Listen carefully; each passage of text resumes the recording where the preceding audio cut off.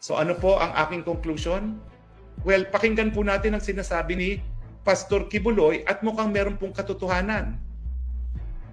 Meron pong witch hunt laban sa kanyang mga Amerikano dahil banta sa mga Amerikano si Presidente Duterte at siya ay kinikilalang pinakamalapit na aliado at supporter na nagbigay pa ng boses kay Presidente Duterte.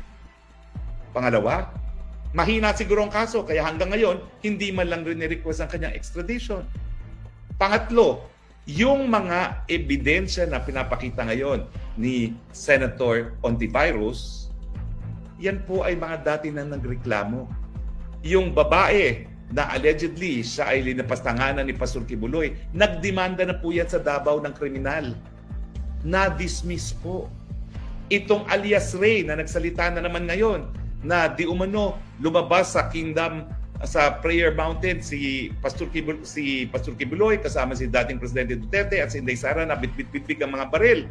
Hello, sa tanda ba naman ni Presidente Duterte siya pa magbibitbit ang baril at sa dami naman ng bodyguard ng mga Duterte sila pa magbibitbit ang baril.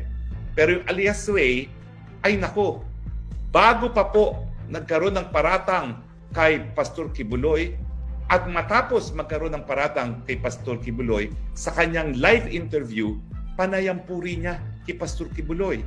So anong masasabi natin kay alias Ray? Sinungaling. At yung babae naman na pinrepresenta ni Senator Hontiveros, sinungaling din dahil na-dismiss ang kaso niya ng piskalya. Nag-apila siya sa DOJ at ngayon tumakbo sa Senado para magkaroon ng trial by publicity.